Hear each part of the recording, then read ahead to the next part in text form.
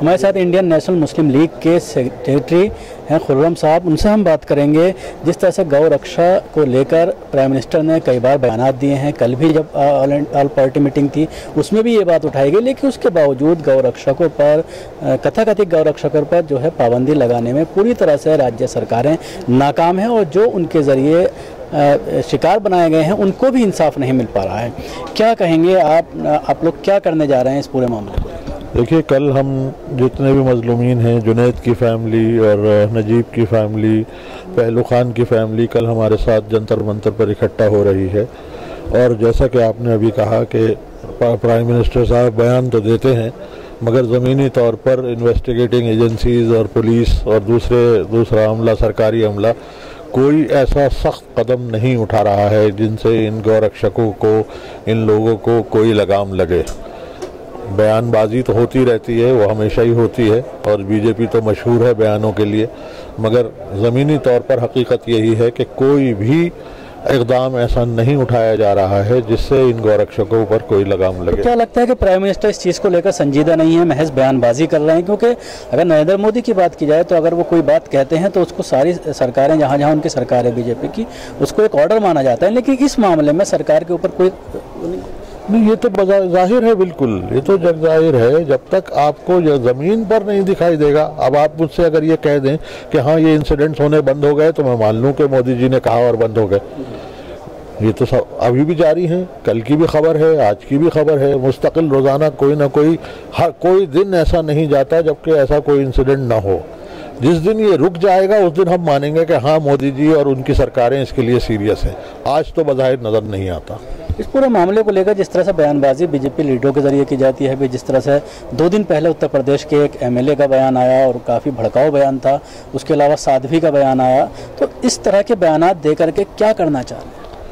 माहौल ख़राब करना चाहते हैं, मुल्क का माहौल ख़राब करना चाहते हैं, मुल्क का भाईचारा ख़त्म करना चाहते हैं, इस मुल्क का सेक्युलर फैब्रिक को, इस मुल्क की जो सेक्युलर अपने गंगा जमनी तहजीब के लिए जो मशहूर है उसको ख़त्म करना चाहते हैं। ये तो इनका प्लान शुरू से ही था, ये संघ परिवार और आरएसएस का एजेंडा ये है ही, तो इसको तो उन्होंने ख़त्म करना ही है। अब लोगों को ये पता लग गया है, हकीकत सब लोगों को, चाहे वो हिंदू हो, चाहे मुसलमान हो, चाहे किसी भी मज़हब से ताल्लुक़ रखता हो, कि इस सरकार की क्या मंशा है और आइंदा ये सरकार बुरी तरह फेल होने वाली है।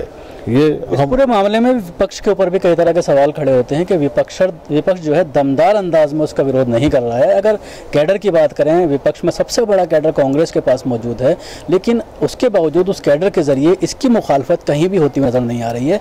तो कहीं ना कहीं कांग्रेस और जो और पार्टियां विपक्ष की, वो भी खामोश हैं इस मामले में। नहीं, ऐसा नहीं है। कांग्रेस और दूसरी पार्टियां भी बोल रही हैं, मैं कांग्रेस के लिए तो नहीं कह सकता, मगर हमारे साथ कल कांग्रेस के लीडर्स भी खड़े होंगे स्टेज पर और वो लोग भी आएंगे और इसके बारे में एहतजाज करेंगे।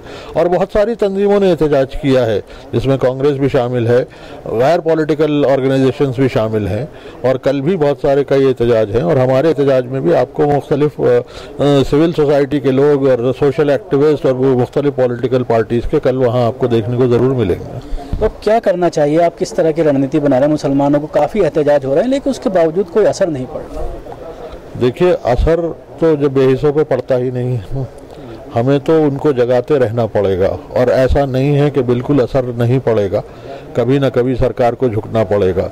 ये देश बहुत बड़ा है और ये देश किसी एक मज़हब या किसी एक फ़िरक़े का नहीं है, हम सब का है और हम सबको इसकी रखवाली भी करनी है, हम सबको इसकी देखभाल भी करनी है और हम सबको इसको संभाल के भी रखना है।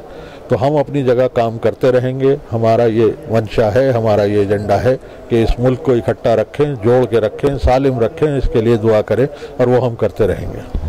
शुक्रिया। ये थे ऑल इंडिया नेशनल सेक्रेटरी साहब, जो बता रहे थे कि किस तरह से जो इनका प्रोग्राम होने वाला है उसमें काफ़ी तादाद में लोग पहुंचेंगे और न सिर्फ मुस्लिम लीग बल्कि कांग्रेस के लीडर भी और उसके अलावा सिविल सोसाइटीज़ के लोग भी इस धरना प्रदर्शन में शामिल होंगे और अपनी आवाज़ सरकार तक पहुंचाने की कोशिश करेंगे।